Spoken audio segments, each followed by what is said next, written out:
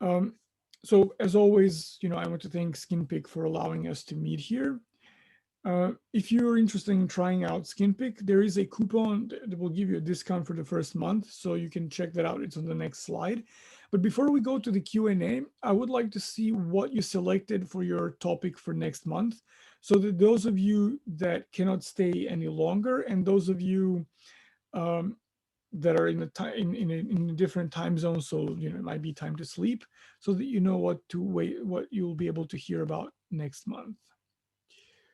So, okay, the topic that you've chosen for July is understanding the urge to pick. Oh, this is a very interesting topic, and I think it's going to be a very useful webinar because there's a lot of psychological theory and a lot of practical stuff that we can implement there. And let me see what the runner-up was. So the runner-up topic was skin picking and self-harm, what the similarities are and differences. So I will put that topic next month also, so you can vote for it if that's something that you'd be interested in learning about. Here, I'll share the results with you if you're interested in them. I did not even know that this is an option. Again, if there's a topic that you'd like me to talk about, please put it in the Q&A here, and then I will include it in the poll for next month. And so now to the Q&A. Let's see. Can you get short-term disability for this condition?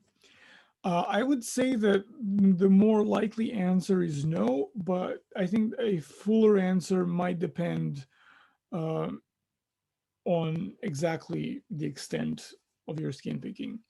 Trichotillomania is in the DSM under OCD. So it's not exactly under OCD, it's an OCD-related disorder. And previously, it was classified in a different way. So these things kind of move about. We have some research that shows that there are certain similarities in terms of what happens in our brains, like sort of the neuroscience of it. And then also experientially, body focused repetitive behaviors can feel compulsive, but it is not the same thing. So it's not OCD, it's just related to OCD. And they're treated differently as well, both in terms of how you do psychotherapy and also the pharmacological treatment is not the same. Or rather, for trichotillomania, we don't actually have any officially approved treatments. What is it called when picking is not considered automatic? Is it called voluntary? So if we're not talking about that mindless sort of picking, we're talking about focused picking. I guess you can call it voluntary as well, but the word that most people use is focused. Focused because it's something that you know that you're doing and you're choosing to do, and you do it for a specific period of time.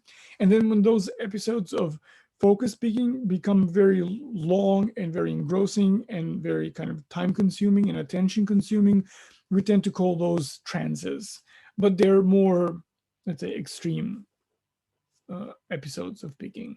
But yes, so the basic distinction is automatic versus focused. Can I get some more help somehow?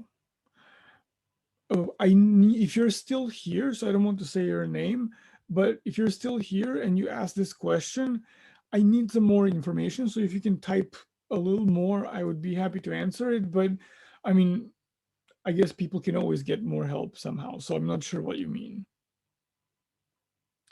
Not skin picking, but with hair pulling. If I tell my son good job for not pulling, he says it reminds him and makes him want to start again. So is it better not to say anything if he's being good? So that depends specifically on what your son needs, because a lot of people will react well to positive feedback, and your son might too, but you perhaps have to kind of change the way you go about this. Perhaps you can make something like a challenge, and then your son doesn't pull for a week, sorry, and then maybe you can validate him. And also, instead of saying good job, maybe there's something else that you can do. Maybe there's something that he can get, something you can give him. I don't know, like if you live in a country where you're able to meet outside like once we could before COVID, you can maybe take him out to his favorite food or something like this. So validation is really very good. It's just the question is what would be validation for him. In general, our brains fortify habits much better if we validate ourselves or other people when we do good, as opposed to being hard on ourselves when we fail. So judging ourselves for failure really does nothing good for us. In general, I would always advise that you follow his lead. If it makes him want to pull again, then don't. Ask him if there's something that you can do to reward him when he doesn't pull, and then he might be able to tell you. If he needs space, then for now, maybe it's best if you give him space. Just as long as you make sure that the space is used for healing and not for ignoring the problem. Because I don't know how old your son is, but I've seen sometimes that adolescents, especially if they're ambivalent towards change, and this happens sometimes, even though from the outside it doesn't seem like a reasonable thing to be in doubt about, but sometimes they are. And then if they're not sure they want to change and you keep pushing and pushing, it will cause resistance and then just delay insight and actual help seeking. So if he says that he doesn't need you to validate him for now, then perhaps it's okay not to. But make sure that he explains why and ask if there's something else that you can do. And then always leave some space open for him to be able to come to you if he ever needs something more. This is particularly important because there actually might come a time when he needs you to do something specific. Any idea if hypnosis has helped before? So to my knowledge, there's no evidence that hypnosis works for skin picking or any other BFRB. And to my knowledge, there's actually very little scientific evidence that hypnosis works, period. I have to say that part because I really don't like to recommend things that I don't know if they work. I've seen clients who have experienced short-term benefit from hypnosis. So it works, but only for like a couple of months, maybe a year, something like this. But eventually they do relapse. For some people, this might be, a good deal. It might be something to try. Typically, from the clients that I've spoken to, they didn't have any side effects. So even if it doesn't work, if it's something that you can financially afford, it's something you can try because it's likely not going to harm you.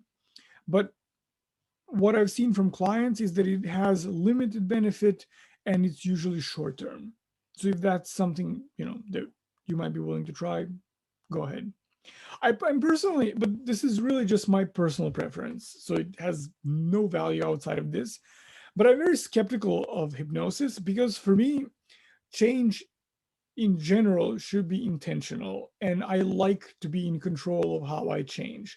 And this could also be because really I don't have any personal experience with hypnosis, but I really don't like the idea of someone, kind of rewiring my brain without my being there and being able to do that myself.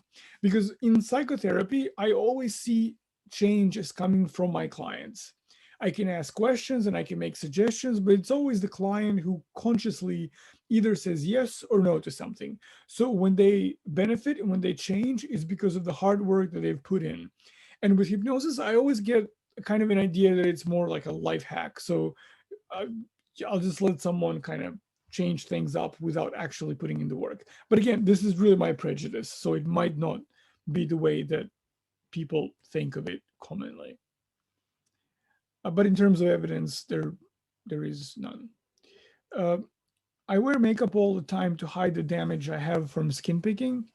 One of my parents dropped in once when I didn't have makeup on, and I instinctively hid my face. They took this act very personally and blamed themselves for this problem and for the fact that I felt I had to hide it. How do you communicate that it's not their fault? Just like that, very clearly. Uh, Parents are very unreasonable people because they love us so much. So they will sometimes continue to think whatever they feel like thinking.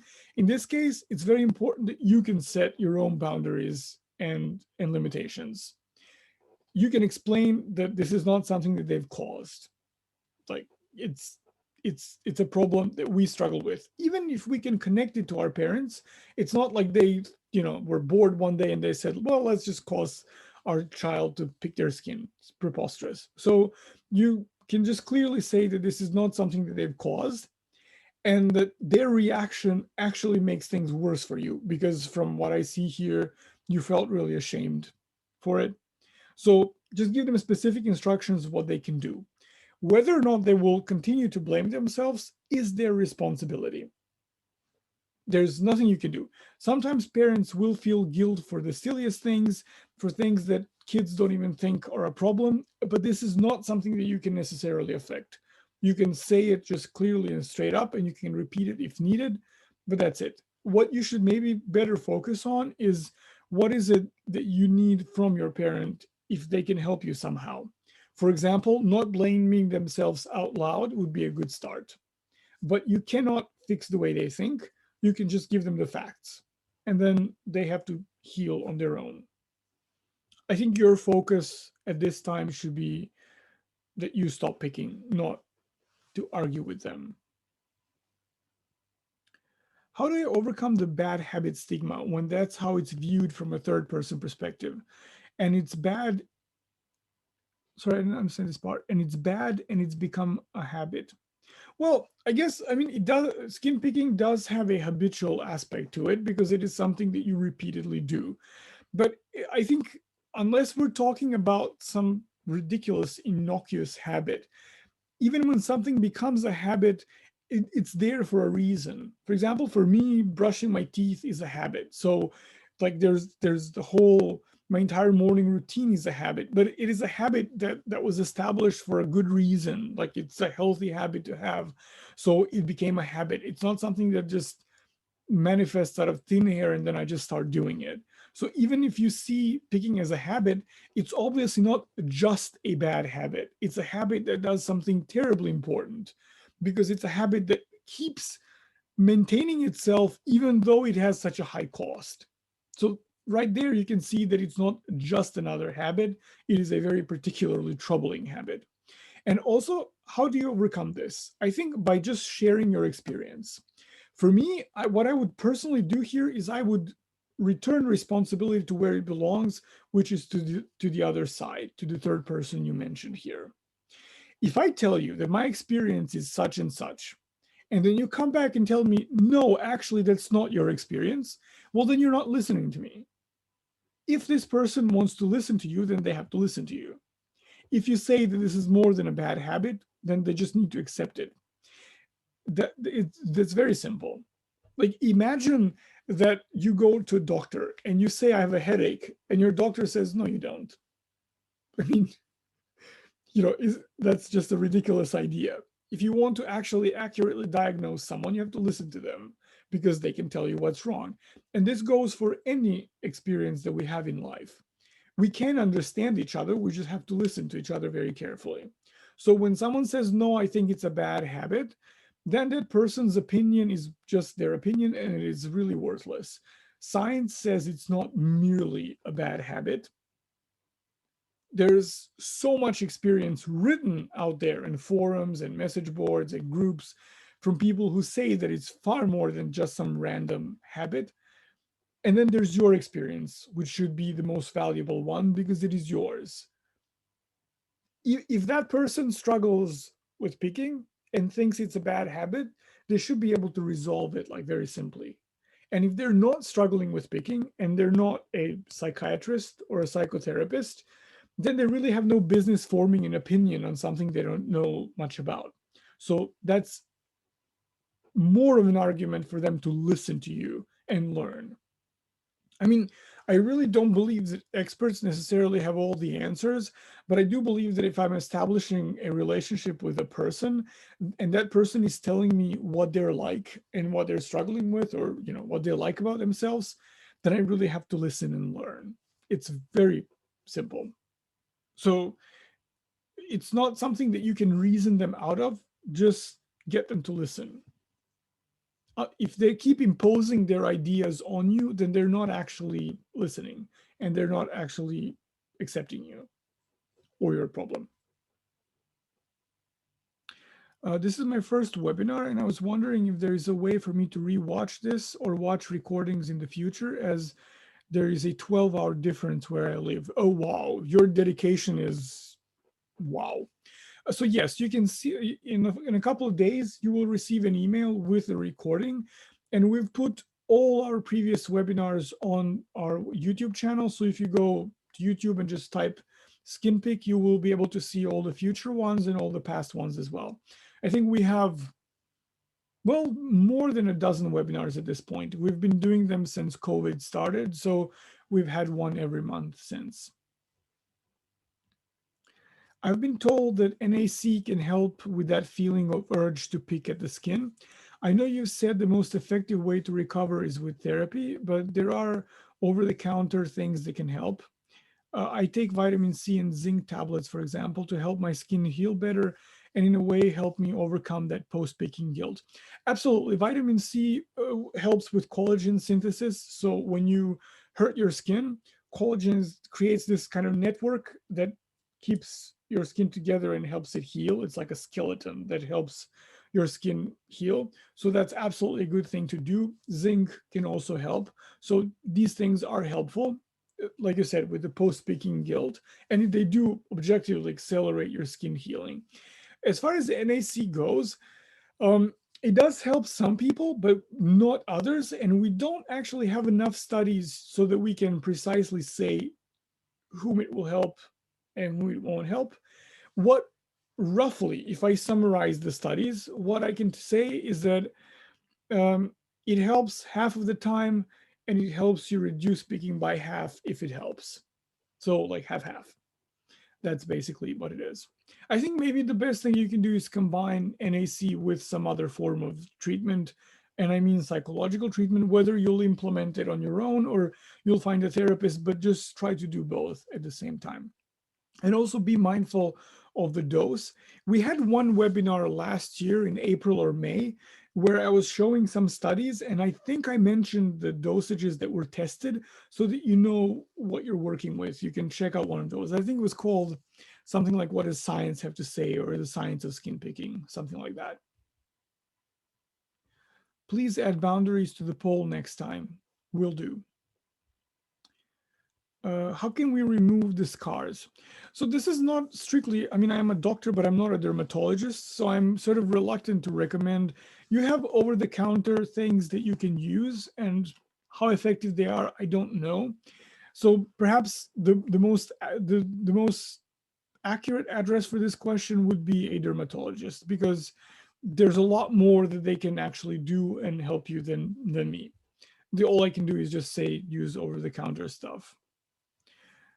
And also the question is what people define as a scar, because lately I've been going through the Skin Pick forum, and I was reading some of the old threads, and I find that the forum is in a bad need of moderation, because people tend to diagnose themselves a lot dermatologically, and just based on the descriptions, I can tell that some of these things are not even scars, they're just still tissue that heals.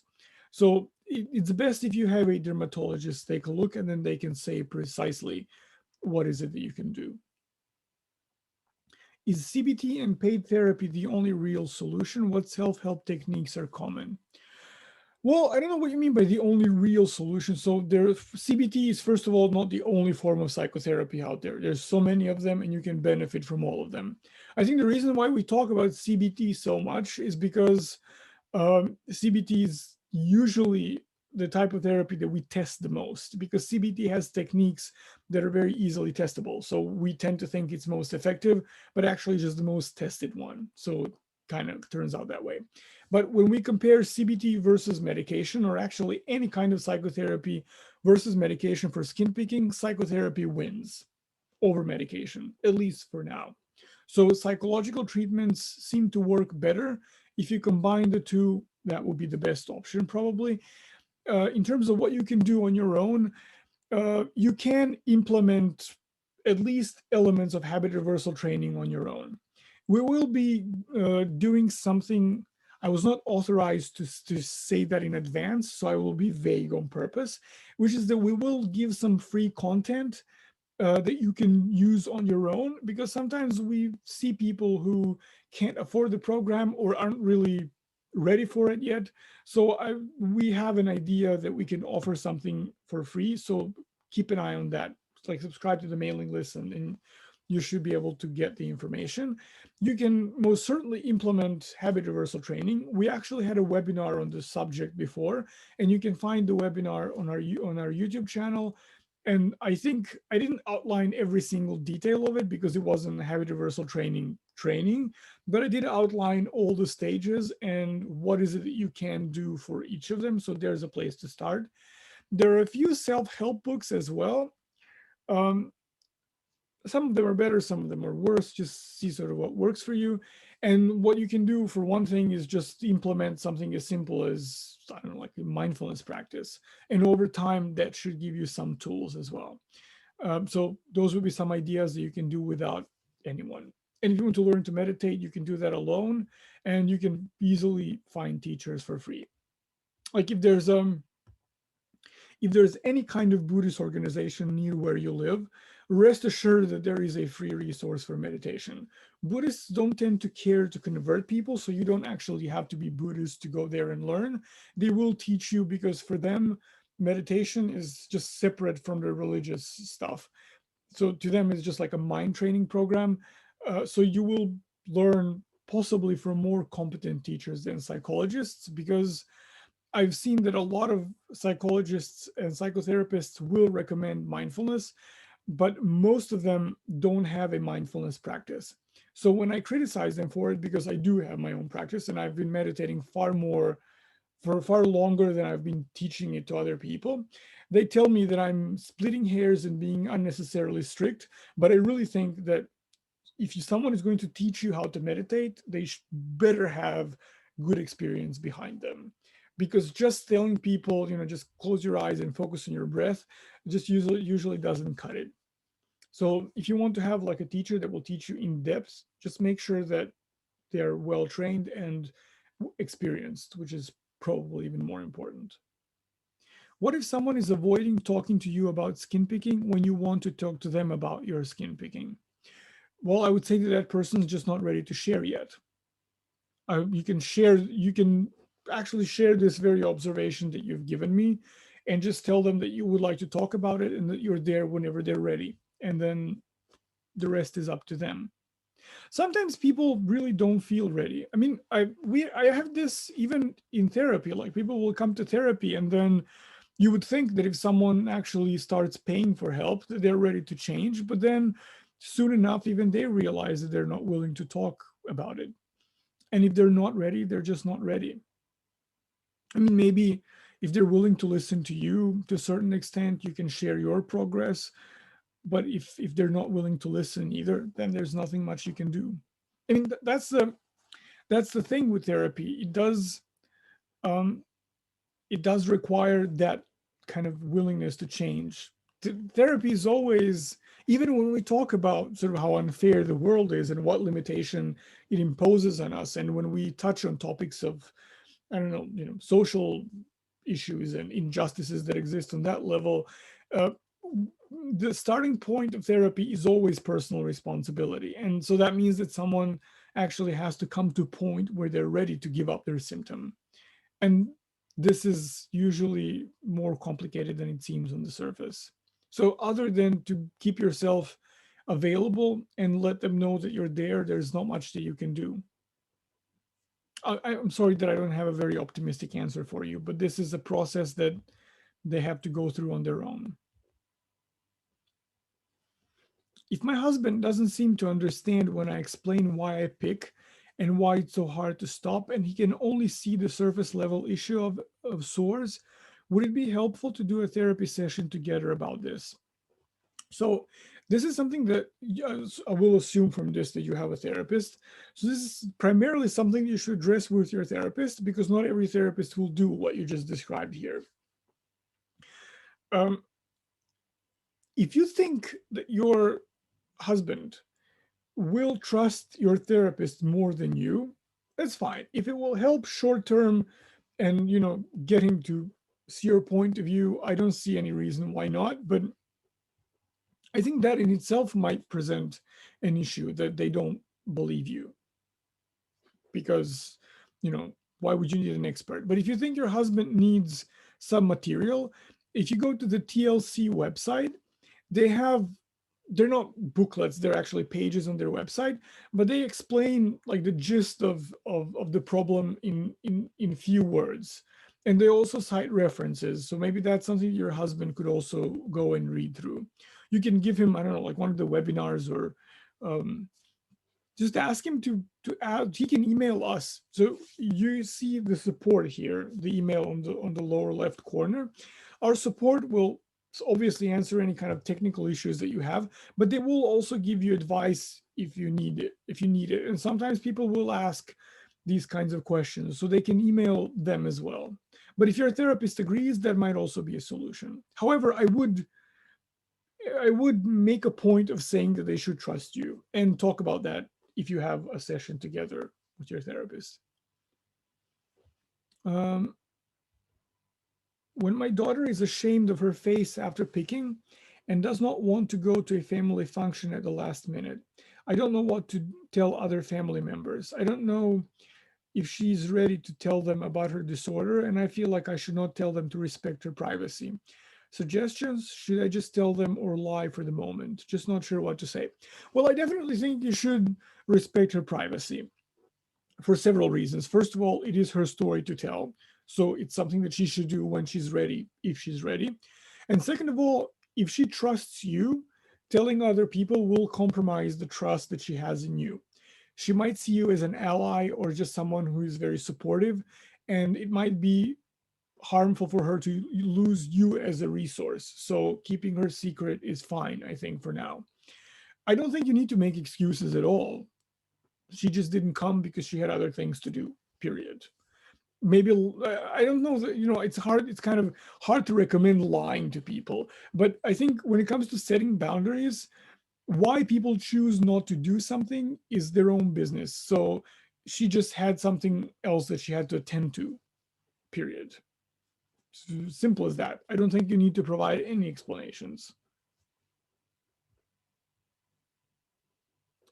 Um, I genuinely don't know I'm doing it. How can I become more consciously aware? So, since we're talking about other people today, finding someone to help you be accountable would be one thing. You can install our self monitoring app. The app is completely free, so you don't have to join the program. Uh, if you have a therapist, you can use it with your therapist. So you don't really have to connect yourself to us in any way. You just go to your app store and type in skin pick. This is an app that allows you to log in every time you catch yourself picking. And even though in the beginning you will obviously log those moments when you're already picking if you're doing it automatically. But then as you slowly sort of use the app over time, you will develop more awareness, and then you'll become aware even before you start picking. That will be one thing. You can analyze the app logs and figure out what your triggers are. So that will allow you to be proactive and then prevent it. And then you can do some very simple things like wear gloves, for example. So gloves will prevent you from actually picking. And then second of all, when you touch your face with a glove, you will be immediately aware of it because it's not something you're used to, and it will make you more mindful of it. You can wear a very heavy or a very loud bracelet. I've had even clients who use a bell and then put it on their hand because as soon as you move your hand, the bell will go off. If you want to be technologically fancy, you can buy like the habit aware bracelet. They tend to work very well, maybe not to stop you from picking, but certainly for the awareness training part. So those would be some options that you have. Uh, can't habit be broken altogether and you never pick again? Sure, every habit can be broken. Yes, I'm very weary of the never again thing, and not because I don't believe in people being able to heal, but simply because when we establish something as a pattern of behavior, we may never employ it again in our lives. But that pattern doesn't die. It just kind of floats somewhere in our mind space, and then it can get activated sometimes. That means that maybe you'll never pick again in your life, but it doesn't mean that picking will not come to you as a solution at certain points. It's kind of like when people stop smoking and then like 20 years after they have something very stressful, let's say they're fired, and then immediately what comes to their mind is they need a cigarette. It doesn't mean that they will smoke. It's just that this old pattern will activate itself in the moment. Or for example, like you know how sometimes adults in times of stress behave like infants. Well, that would be an example of a behavioral pattern that we've all outgrown, but then in emotionally very intense situations we kind of regress to it.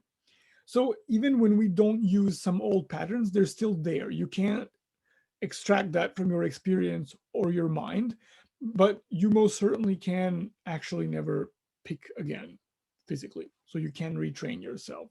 Just keep in mind that there might be times when you will think about it or you will be tempted to do it again.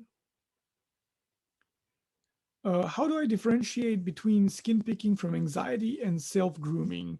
I feel I do both. Yeah, this is a very difficult area to kind of deal with, and I have actually two clients now where we're talking about how to do this. My personal suggestion would be ideally is just not to make the distinction at all, because if you have acne, for example, you don't actually need to pop any of them. That's not something that's required for them to heal. So you can very easily have take care of your face, but not pick at all. You can schedule some time every week where you will go and see someone who can actually do that part of you so that you actually never have to pick. And then another thing that you can do is simply decide what is it that's grooming, just very strictly and precisely define grooming. If it's hair removal, for example, because that's another thing that you mentioned here, then define precisely how frequently you can do it. Is it once in 2 weeks for, I don't know, 10 minutes, or is it every week for 15 minutes? I guess that depends on, hair growth and where it is and how often you do it typically. So just schedule it. And then everything that goes beyond that schedule, you can immediately consider picking. But really keep in mind that acne can heal without you ever touching them. And there are much better ways to deal with acne that don't involve you actually hurting your skin. So if we're very technical about it, picking acne is never something you do for your skin, because there are different ways for your skin to heal. There was an earlier question about why someone would not like being told they're being good. I would think most of us would react negatively because what I would hear is that I'm bad when I'm picking. On that note, what is your experience? Is there a language that you think works better? I think so. The first part of your comment is, I think, very spot on, because you might say someone, oh, you're being really good, but that really does imply that they're bad. And when we, most of the language that we use is very essentializing. I don't know. And I often hear also people say things like, I'm a skin picker. And then, I mean, I'm not the one to tell people how they should think of themselves, but I think it's not a very flattering way to think of yourself in those identitarian terms. I mean, since I'm a constructivist, we don't think of identities as anything that's fixed anyway, but to to kind of it solidifies the behavior. And yes, when you say, oh, you're good now, that implicitly says, well, you weren't good back then. And especially when you're younger, or when you're little, you're not good when it comes from a parent has a much bigger meaning than if some stranger says it. So yeah, I think that's a very good explanation. And then your question, is there a language that you think works better? So if I summarize sort of my experiences with clients, I think nonverbal gestures tend to be better because they're not judgmental, and they're also kind of easily done in public even.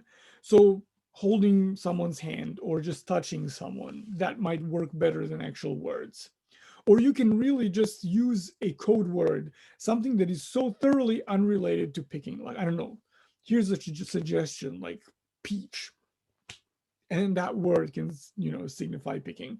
I find that this works better for people because it depersonalizes it. Or maybe even talking about a specific subject. This is something that, like, people who work with couples very often develop these sorts of techniques, these kinds of strange ways of communicating where couples can exchange a lot of information so that people around them don't know this. Uh, I've had I've had a client who would pick when she was around people for too long because she was very introverted, and then people would basically overwhelm her even when she loves them. And she had a partner who was, sadly for her, very extroverted. So they developed a code word where she notices that she becomes very anxious, and then she would say the code word, and then they would go.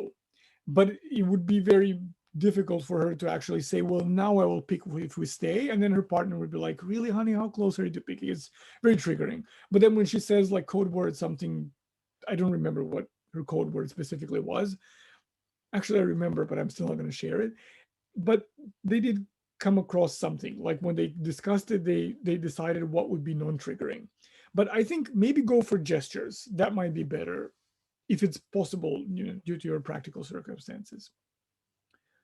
Um, Let me see what the next question is. Uh, does the skin pick program work together with Trickstop? Do you know if the programs are similar in terms of how they're ran? How similar and how different are the two behaviors? So yeah, these two programs belong to the same company. So I'm the clinical lead for the whole company. So I manage both programs. They have a similar structure.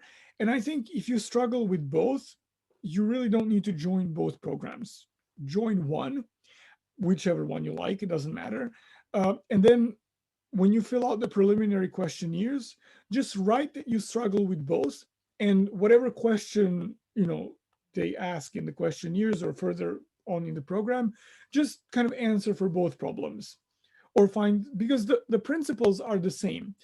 All body focused repetitive behaviors can be treated with same techniques, but specifically sometimes you might have to find like a specific one for picking and a specific one for pulling, but they will belong to the same category of techniques. It's just the context that's different.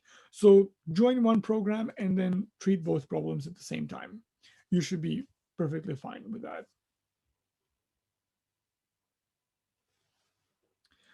Uh, I'm sorry, I mean to say that I want to talk to someone about my skin picking, but they avoid the conversation. Well, then just flat out tell them, like, no, say that. Why are you avoiding the conversation?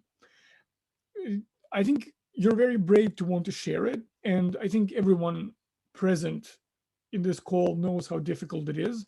So it's very offensive that they don't want to listen to you. Maybe it's difficult for them, but then they should be open and honest enough and say, I just can't handle this. So just share what you see. Just tell them, I see that you're avoiding the conversation. Also, make sure to tell them that it's fine if they're not ready, but then they should, own up to it. Thank you for another amazing webinar. Oh, well, thank you. Um, this is my second one so far, and I could see I had a huge improvements in my behavior and self-compassion after the first one, or the one about guilt, if that was the previous one. I'm very grateful for all you do for us skin pickers and for giving us so much information and help with our work here. Well, thank you, and I'm glad that they're helpful for you. And I have to say, I was particularly struck uh, by the reaction to the previous webinar. I mean, it was a topic that you selected, so as always, you're interested in the topics that you select. But I really didn't expect the response that I got afterwards. And first of all, the number of questions that we had, and I don't think I answered half of them when I ended the webinar because there was a point at which I just couldn't talk anymore. And then sometimes people will email me the questions if I didn't get to them and they thought that they were important to respond. But afterwards, I received so many emails that I think it took me like 3 weeks to respond to all of them. And God knows that I may have skipped some accidentally, but I was really amazed at the response. So perhaps we can consider making a follow-up on guilt. I will take a look at what people sort of gave me as feedback and see if maybe there's more material that I can add, because obviously it's an important topic. But anyways, thank you for your words. I think that would be all the questions that we've had for tonight. I'm proud to say that for once I answered all the questions that I got. I want to thank you for sticking around for the entire webinar, and I hope to see you in July. We will be talking about, I managed to forget in an hour, sorry. So we will be talking about the urge to pick and how to understand it. And I'm really looking forward to this because clinically, I can very clearly see how important this topic is. So have a pleasant evening or night or wherever you are, and I hope to see you in July. Bye.